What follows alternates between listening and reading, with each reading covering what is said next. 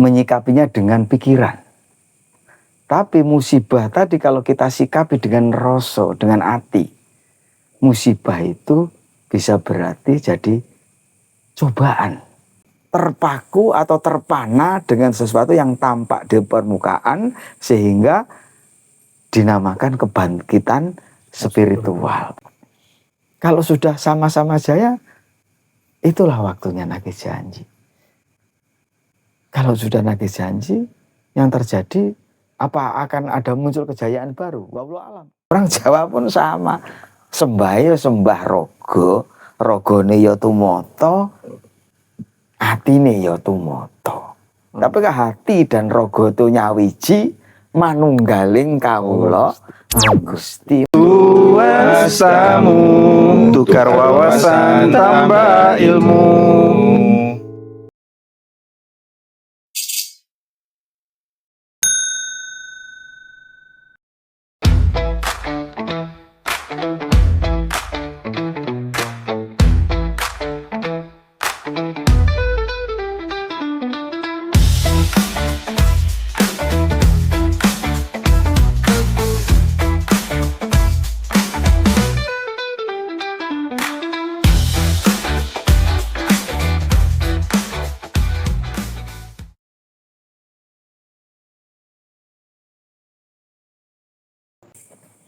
Assalamualaikum warahmatullahi wabarakatuh. Waalaikumsalam warahmatullahi wabarakatuh. Selamat malam teman-teman semuanya. Ketemu lagi bersama kami Tuas Tamu Tukar Wawasan Tambah Ilmu. Tambah Ilmu. Alhamdulillah malam ini sangat spesial sekali. Mungkin nanti di tayangnya video ini memang bulannya sudah berbeda, tapi malam ini kita take itu di bawah semburat sinar bulan yang luar biasa.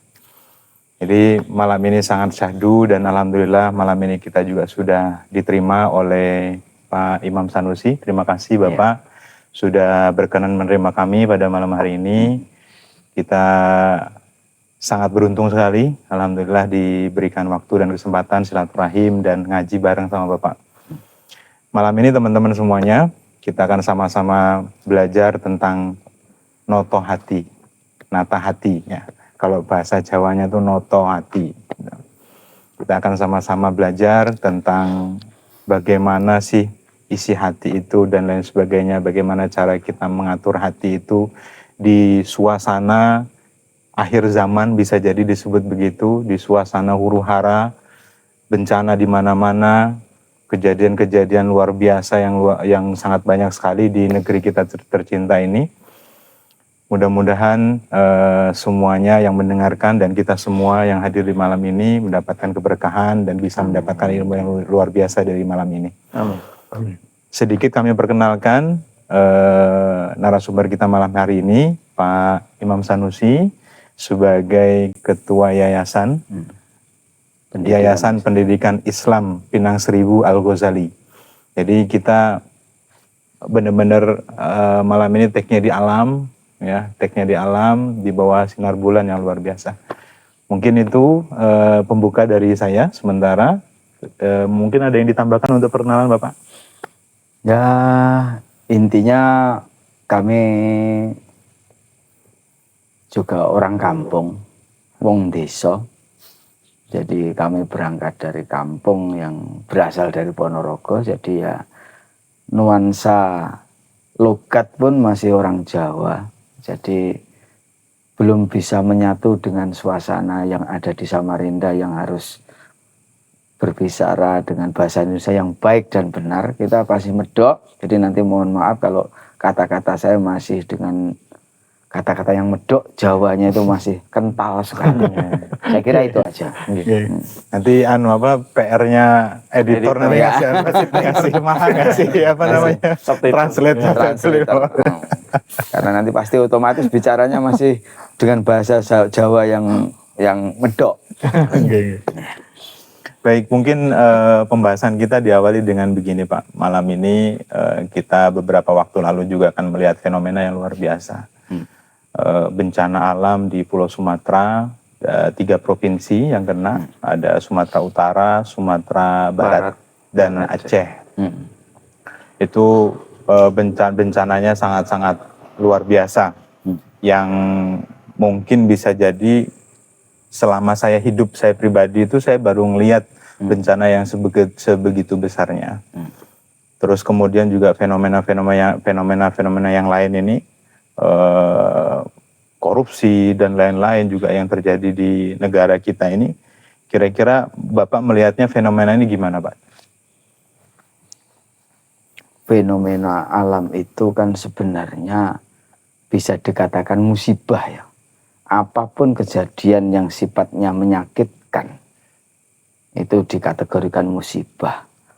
Ketika kita menyikapinya dengan pikiran.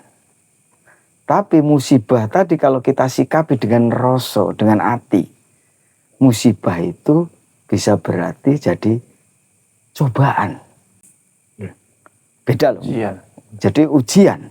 Tapi kalau dengan pikiran itu musibah namanya. Maka ketika ada kejadian-kejadian alam, entah itu sesuatu yang menyakitkan, sesuatu yang menyedihkan, atau bahkan kehilangan keluarga, kehilangan harta, kehilangan apapun yang ada di muka bumi ini, itu kadang-kadang bagi orang yang pakai akal menerimanya dinamakan musibah.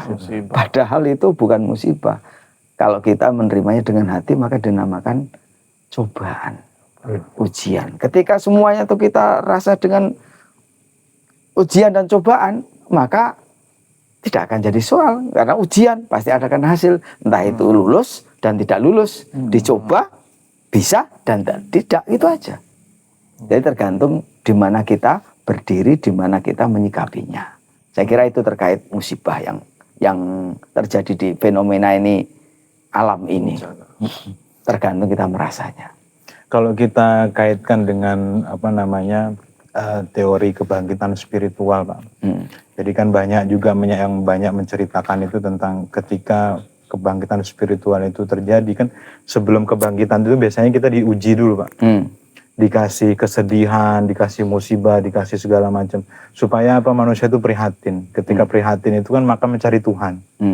Nah, ketika proses mencari Tuhan itulah nanti kemudian kebangkitan spiritual itu. Nah, fenomena yang baru ini juga kan banyak yang berbicara tentang kebangkitan spiritual Nusantara, Pak.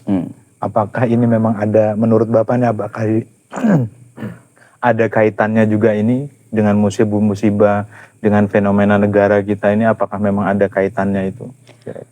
Kalau dipandang dari sisi orang Jawa, senengannya kan otak, atik, mato, gatuk atau matuk. Jadi sebenarnya itu tidak ada kaitan, dikait-kaitnya akhirnya seolah-olah cocok logi. Nah, hal ini ketika kita bicara dengan kebangkitan spiritual Nusantara, itu sebenarnya bukan kebangkitan. Itu sudah ada sejak dulu spiritual Nusantara itu, karena dibumingkan kan sekarang dengan orang-orang yang post-truth bahasanya ya, orang-orang baru yang barang itu sesuatu yang seolah-olah itu barang baru. Padahal itu sudah dari dulu sudah terjadi. Karena orang sekarang ini situasinya ada tekanan, entah itu tekanan ekonomi, tekanan batin, tekanan mental, jiwa. Akhirnya ketika orang itu ditekan itu kosong. Nah, kekosongan ruang dalam hati ini loh, sehingga menimbulkan orang itu pengen melihat itu, pengen sesuatu. Orang yang sekarang apa? Pengen sesuatu yang instan. Ya benar. Rasa instan itu muncullah seolah-olah itu adalah kebangkitan. Padahal kepinginan barang simsalabim, itu enak ya. Itu enak ya. Itu kalau kita semedi jadi ya. Itu gara-gara itu yang dilihat itu yang tampak di permukaan. Hasilnya yang dilihat. Iya, yang dia tidak pernah melihat gelombang yang ada di dalam. Orang-orang sekarang ini cenderung terpaku atau terpana dengan sesuatu yang tampak di permukaan, sehingga dinamakan kebangkitan spiritual. Padahal orang-orang yang diam, orang-orang yang tidak pernah muncul, orang-orang tua dulu lah bahasanya, itu sudah bangkit, sudah dihidupkan dalam dirinya, itu sudah hidup. Karena wong urip itu tandane lek urup. Wong urip iku kudu urup. Ben apa lek Semar ngomong kan lek kowe ora ugek-ugek ora mel. Lek kowe ora ugek ora ubah ya ora mangan. Iya, harus gerak. Harus gerak. Makanya orang dulu itu sudah bergerak, tapi geraknya orang dulu itu dengan diam. Gerak dengan diam, Pak. Geraknya dengan diam. Maksudnya seperti apa itu, Pak? Yang bergerak hatinya. Lah orang sekarang itu yang dilihat kan yang tampak di permukaan. Iya. Tangannya aja. Oh dia itu kelihatan khusyuk sholatnya.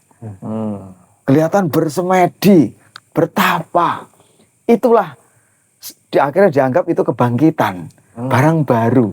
Padahal orang dulu itu dengan diamnya itu sudah bergerak. Nah, pergerakan di dalam inilah yang dinamakan orang sekarang kebangkitan spiritual. Padahal itu sudah dijalankan dari dulu. Bagi orang sekarang Gen Z itu namanya barang baru. Karena belum tahu. Nah, intinya pesan saya satu aja. Eling lan waspada. Eling dengan Allahmu, waspada dengan nafsumu. Kadang-kadang kita ini kan eling pacare, waspada selingkuhane kan gitu kan. Jadi sebenarnya yang harus dieling itu kan Allahnya. Hati kita ini harus eling sama Allah. Waspada dengan nafsu kita. Keinginan-keinginan kita, karep-karep kita. Itu sementara nanti bisa disambung yang lebih dalam saya kira. Mungkin biar saya enggak banyak biar tergali gitu loh. Nah, itu Mas Yusuf. Tadi saya tertarik bicara tentang Mbah Semar. Tadi kan Bapak sebutkan Mbah Semar atau mungkin orang bisa mengenalnya juga nama lainnya Sabdo Palon. Itu kan ada fenomena Pak. Dulu kan beliau pernah mengatakan bahwa aku nanti bakal nagih janji. Nah, nagih janji ini kan katanya beliau itu kan 500 tahun. Nah, apakah huru hara ini nih bagian daripada nagih janjinya beliau ini, Pak? Begini, saya sebagai orang Jawa atau kalian yang pernah mendengar kebiasaan orang Jawa. Orang Jawa itu tidak lepas dengan satu identitas. Suku yang berperadaban maju. Tandanya apa? Punya huruf. Orang Jawa itu kan punya huruf. Hurufnya apa? Ono Coroko. Nah, padahal tahun wiku Sabto Ngestu Ratu. Ngerti ra? Ngerti ta? Tahun wiku Sabto Ngestu Ratu itu sudah ada namanya huruf Jawa. Itu sudah dijelaskan. Hono Coroko itu ngemumakno, mempunyai makna. Ho, tanah Jawa itu pertama itu ho. Apa ho itu? Hindu. Yang bersemayam atau agama yang dianut ageman sing dinggo. Orang Jawa itu dulu itu ho. Hindu. Setelah Hindu berjalan lama sudah jadi adat budaya dan agama. Huruf berikutnya apa? No. Oke, munculnya orang-orang luar Nederland. Mengatakan orang itu Nederland, Londo, zaman Nederland. Ho, Hindu, no, Nederland. Ini kaitannya dengan nagih janji nanti. Hono, habis Nederland berkuasa, Hono, Co. Setelah Nederland 350 tahun, katanya sejarah. Co ke Cina, Jepang. Cina Jepang itu cuma 2,5 tahun aja. Ono Co apa sih? Ro. Indonesia telah Cina Jepang 2,5 tahun, tahun 45 Ro. Republik Indonesia. Ya tak? Tahun 45. Berjalan 45 3 tahun merdeka. Muncul tanah Wonojoro komunis. Iya tak? Oke. Komunis pemberontak lah di Madiun. tahun 48 kalau tidak salah itu mulai, walaupun nanti ada berikutnya di 65. Dono, co, roko, habis itu do. Oh ya. Do ke Darul Islam yang membasmi bahkan berperan penting dalam pembahasan komunis siapa? Orang Islam. Darul Islam. Ya Masumi, NO, ya orang-orang Ansor, orang-orang ya orang Islam lah bahasa umumnya. Orang Darul Islam. Sehingga komunis habis. Tahun berapa? 48 lewat. Indonesia akhirnya benar-benar masuk tahun Pak Karno turun, ganti siapa? Pak Harto. Masuk Hono Coroko Do Pak Harto. Mulai otak ade Doto kan Pak Harto naik, muncullah Indonesia masuk tahun jenenge sosial politik. Sosial politik Indonesia udahlah secara sosial, politik, budaya, dan semuanya maju. Doto so wo. Nah, iki lho sing diarani wong Jawa mulai iki taune sudah nagih janji mulai. Nah, diarani Sabdo Palon sebagai penasihatnya Prabu Brawijaya kalau kepercayaan orang Jawa. Yang dulu pesene nak ojo kepencut atau irip-irip barang sing ketok. Irip-irip barang sing mirip. Jadi ojo gampang kepencut barang sing ketoke halus. Sandangane apik ning urung karuan toto iki pelinge. Tapi lebih jelasnya nanti bisa digali. Ini tahun wo. Lek wis tahun wo Pak Harto sosial politik tahun wo untuk mencengkeram ibaratnya menyebarluaskan warga Indonesia di mana-mana kan sangat luas. Tahun wong Jawa akeh sing metu nyang Moncoprojo. Terjadi transmigrasi. Wong Jawa akeh sing metu nyang Moncoprojo pergi keluar tanah Jawa. Kemana? Ke Kalimantan, transmigrasi. Ke Sumatera, Bengkulu. Kemana itu wong Jawa akeh sing metu nyang Moncoprojo. Bahkan ke luar negeri. Tapi ada efek domino di sana. Karena apa? Wong Jawa lali Jawane. Nah, seperti kalian yang keturunan orang Jawa lahir di Samarinda, di Kalimantan, di mana saja. Karena sudah lahiran di daerah lain, walaupun keturunan Jawa, tapi lali Jawane. Efeknya di situ domino. Padahal itu orang Jawa. Gara-gara wong Jawa metu nyang Moncoprojo.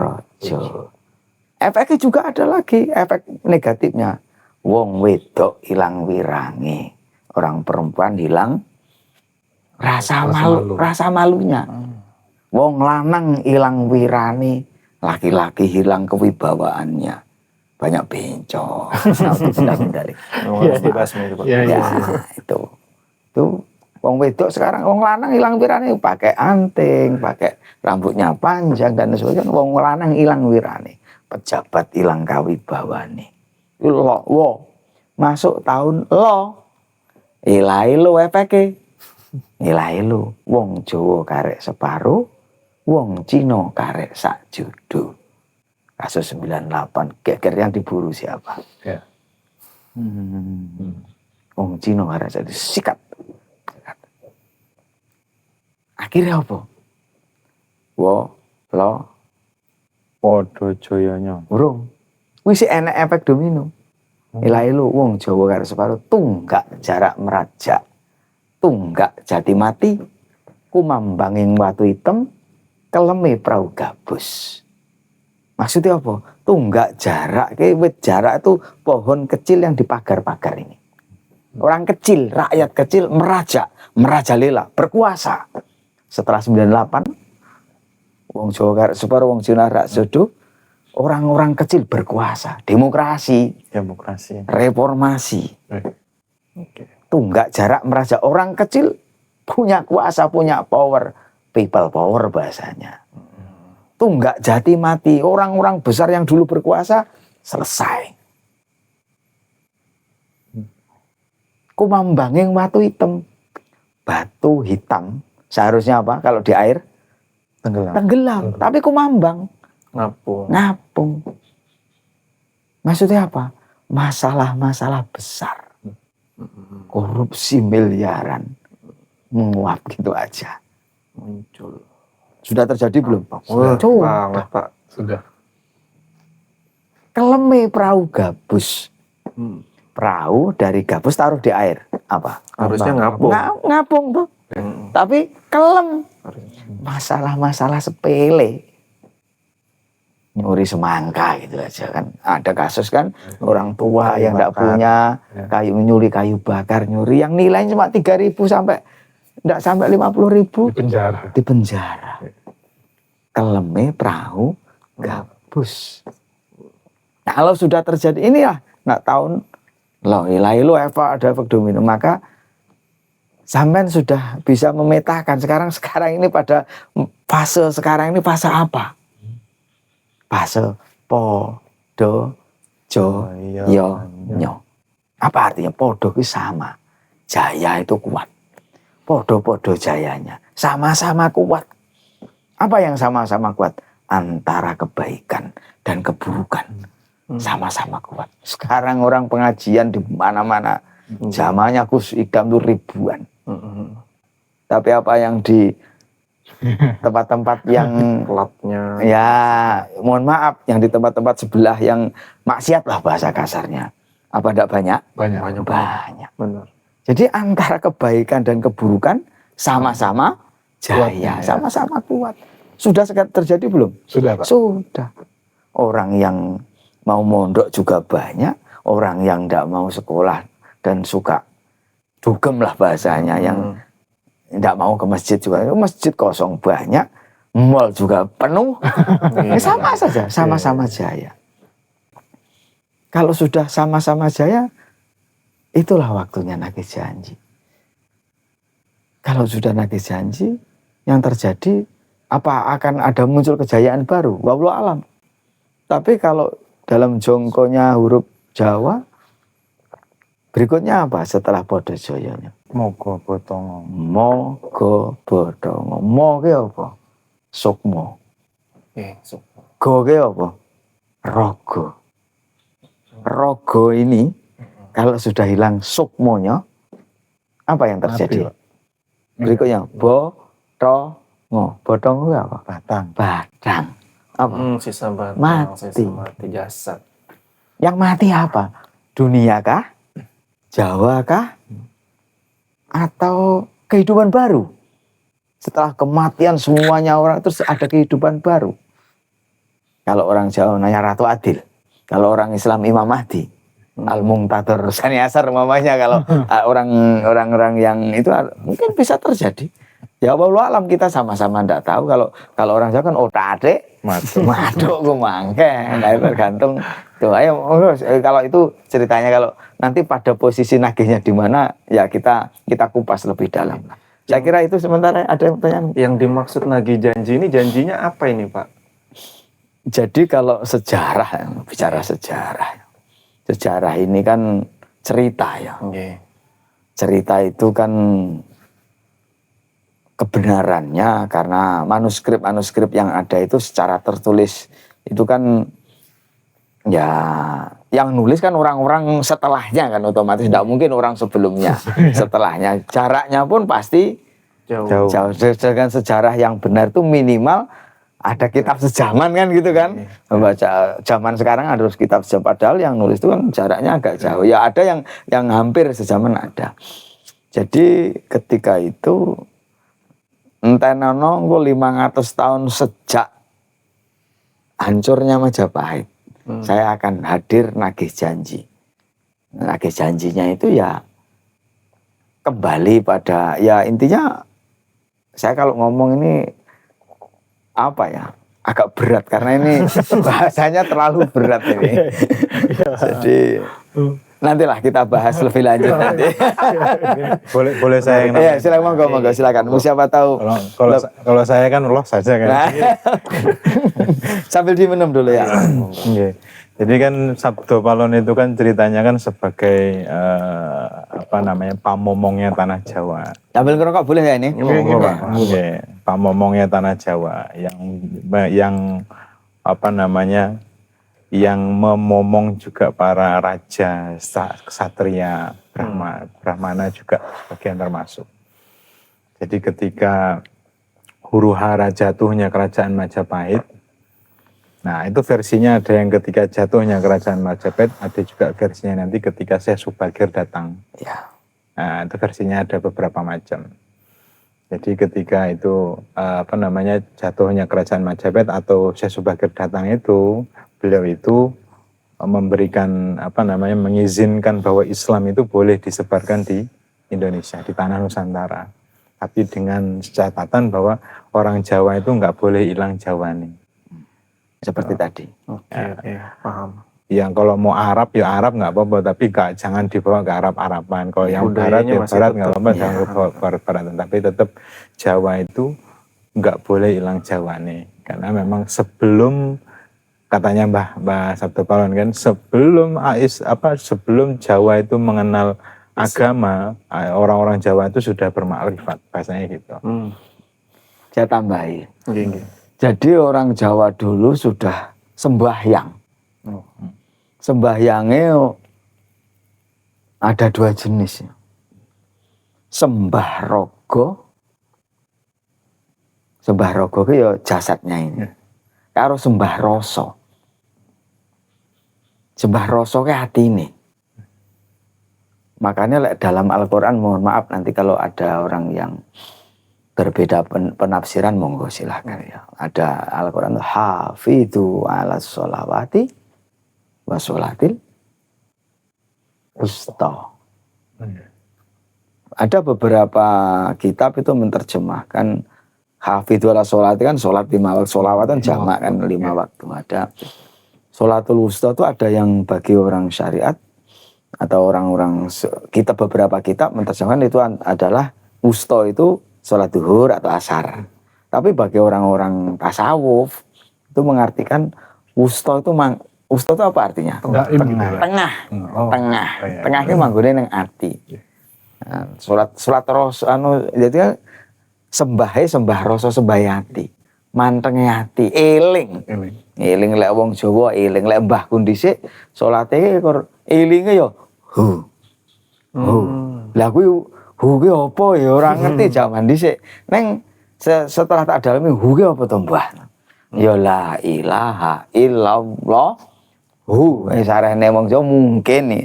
Gitu aja. Dinyaringin. Nah, itu sembah rasa eling. Makanya ada katanya bilang tadi sholatnya daim elingi terus.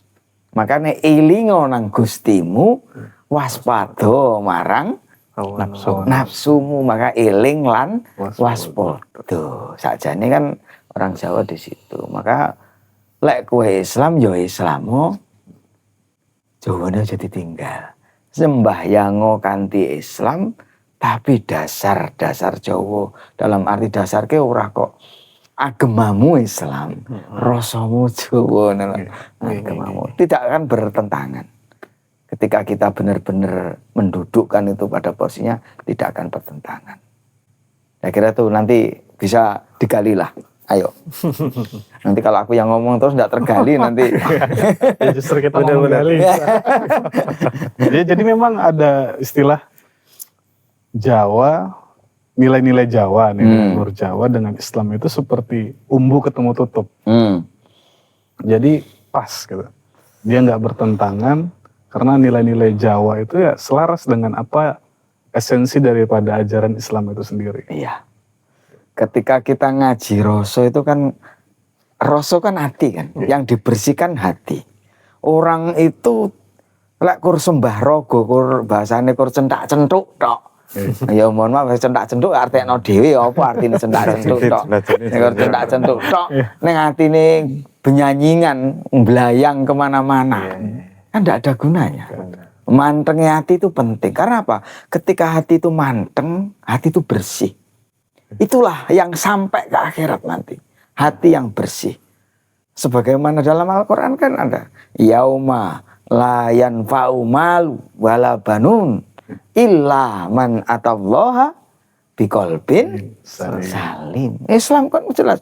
Yang bisa menghadap Allah harta tidak guna, anak tidak guna, kecuali yang hatinya bersih. Lah orang Jawa pun sama. Sembah rogo, rogone ya tumoto, hatine ya tumoto. Tapi hati dan rogo itu nyawiji manunggaling kawula lan Gusti. Maksudnya apa? Karepe Gusti Allah. Iki lek wong Jawa aku Gusti Allah lek wong Jawa Gusti Allah. Gusti Allah. Karepe Gusti Allah karo karepe manungsa ki klop. Contone menungso karep ngerokok. Pas Allah memberikan rezeki sehingga bisa beli rokok. Jadi manunggaling karepe menungso karo takdire pangeran. Nah, ngori manunggaling kawula lan ora kok manunggaling yang dibilang itu ya silahkan mau menafsirkan lain monggo lah ya. Ini saya kan memaknai dengan versi saya sebagai orang Jawa. Manunggaling kawula lan Gusti itu karepku karo karepe Gusti Allah sejalan. Iki jenenge manunggaling karep. Wong lek karepe manunggal klop ibaratnya berjodoh tuh suami istri. Kamu mau nikah seneng sama saya, cewek lah ini.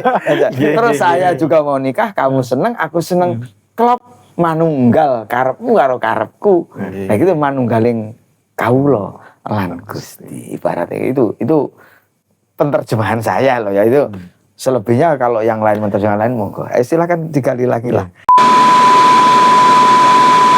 Nanti laku prihatin siji.